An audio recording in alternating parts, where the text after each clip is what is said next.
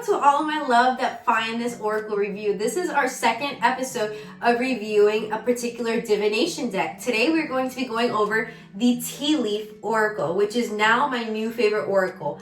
The reason why it's my new favorite, it comes with 200 cards and they are circular shaped. I do not know about you, but I have never seen cards shaped in a circular way. Usually they are rectangle or maybe even square. They could be really short and stubby, or they could be really long and narrow like this one. So I just find this one to be very unique and very extra beautiful. This is my favorite presentation of an oracle deck. The box is so hard. It is so beautiful. Let me show it to you. This is how you open it up.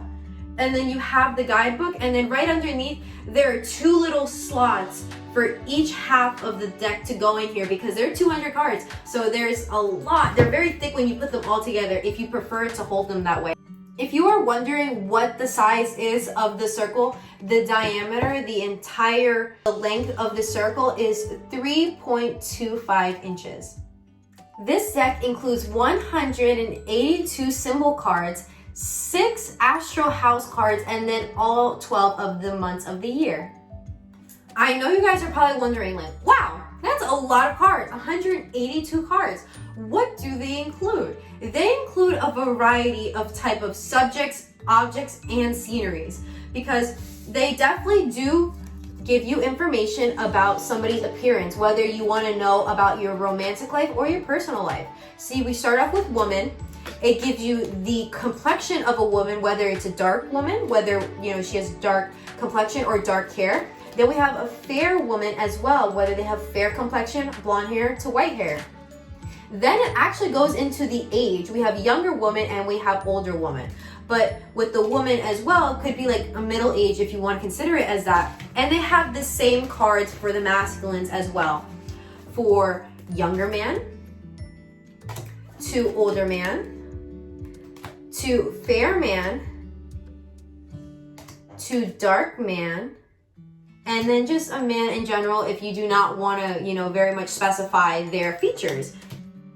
There's a variety of options within this deck, my love. There are so many statements that are polar opposite from each other. Like for right here, for an example, we have cup, broken cup, cracked cup, and then we have cup. So it's just the opposite. So whether a situation is working out or if it's failing, we have a filled chair, as if there's someone entered your life. Then we have an empty chair, that nobody's in your life or somebody is leaving your life. There are so many different ones for wishbone, for a bird, like if you're receiving information or you're leaving, or if a particular bridge is broken, like the energetic stream between you and a situation or you and somebody could be broken or it could be intact.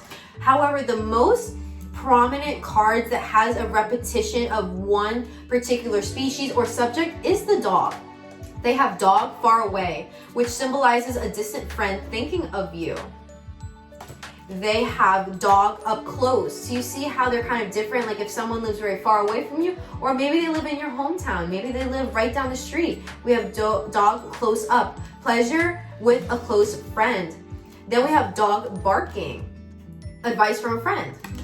We have dogs getting together with friends, and then we have just one singular dog, which is protection from a powerful friend. So the dog is the most prominent animal. It has 5 cards, but otherwise there's no repetitions within animals. Now let's talk about how easy it is to interpret these cards. I think it's pretty easy, guys, because it does give you statements. I'll give you an example. We have wheel. And the statement underneath says indecisiveness, allowing your life to ramble aimlessly. If you want to really, use this imagery and think of how a circle or a wheel relates to your life, you may. But if you just want to read the statement like I do and you want to relate it to your life, that's completely fair. So I would definitely say that I could recommend this for a beginner, for an advanced, and an expert reader. I would recommend it to everybody. So don't feel like, oh, you don't know enough about tarot or oracle to do this and use this in your life. You can pick up one card with your eyes closed the way that I am.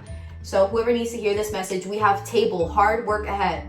You see, it's just that physical movement of you trying to get information. You will receive information even if you put the lamest energy in, okay? It's still intuitive message. So please don't feel so like underestimating yourself and your abilities, okay? Everyone has to start somewhere, and now you are taking those first steps. So I'm very proud of you, and I'm so grateful that you found this video. Guys, please remember to hit the like button below and maybe even subscribe if you are interested in seeing more tarot and oracle reviews from me. It comes with a guidebook. It has 94 pages, and it actually goes into really great explanations of each card. This was created by Ray Hepburn. However, the cards were illustrated by Shauna Alexander. I'm so grateful for this deck. It's so beautiful. Such an amazing creation. If you are not familiar where this oracle derives from, it comes from a tradition. In Europe, it's usually when you drink a cup of tea, usually made with free leaves, not in a bag how we have in modern day, but you make tea, you drink it with a friend, and then that fortune teller or that witch, whoever it may be, who has this divination intuitive skill, will look at the remains of your tea leaves and see what fortune is for you. And in the book, my love, it actually teaches you how to read tea leaves. It gives you imagery of what they would look like. Let me give you a little bit of an example. Do you see how it looks like very similar to coffee grounds? Well, they will create a certain image or a certain pattern, and then that would be able to be interpreted by a witch or someone who's just very intuitive. I will definitely say, guys, these are definitely one of the most thinnest cards I have ever purchased. I have not folded any of them yet. If you are familiar with shuffling, sometimes when you shuffle, a card will fall in between and it will fold over. That has not happened yet, but I can definitely recognize that if you're not careful with the way that you shuffle, you could damage these cards very quickly. And now we're going to talk about how easy or difficult it is to shuffle these cards. There are 200 cards in this deck again. I still can't believe it. It doesn't look like 200 here. But like I said, personally, I separate the decks like this in half, and then I shuffle. I have a very small hand. My hand hurts when I shuffle really thick decks. So I just like to separate it I like to separate them for myself to make it easier for me, okay? So just be mindful, but otherwise they're very easy to shuffle if you know how to shuffle and you take it very slowly. Just use your finger to drag it down the way that I am, and there really shouldn't be a possibility of you damaging them. By the way, my loves, this comes with a very large drawstring bag. It's meant for you to put all of the cards in here, then you shake it all up, and then you pick how many cards you want to pull. You know, you can pull 10 to 20 cards, if however many you want, and then you read your fortune. But if you are interested, you can use this for any of your decks, whether it's Oracle or Tarot. I thought this was very helpful and very beautiful for them to include this. I would definitely say that the sides could get damaged, but compared to other decks, they are not that thick. So with this Mystic Mondays deck, these cards are really thick, and you're able to see that it kind of chips off on the side because it gets used so much. You see how the black is now peeling because the cards are constantly like scratching each other and ripping off the paint. I don't think that's possible with these cards because the way they're manufactured. They're very thin, and it doesn't seem like they're very like glossy compared to that. It's really hard to describe, but I think these are really great cards, and they're really descriptive depending on what you want to use these cards for, whether you are a tarot reader, you are an intuitive reader for the masses, or this is more of a private deck. But I would recommend it to a lot of people. There's just so much information, and I use it every single day when I go on my live streams, and it's my #1 favorite. Now let's talk about what I rate this deck. Personally, my personal preference, I think it deserves a 10 out of 10 because it is my favorite. It's beautiful. It gives so much information.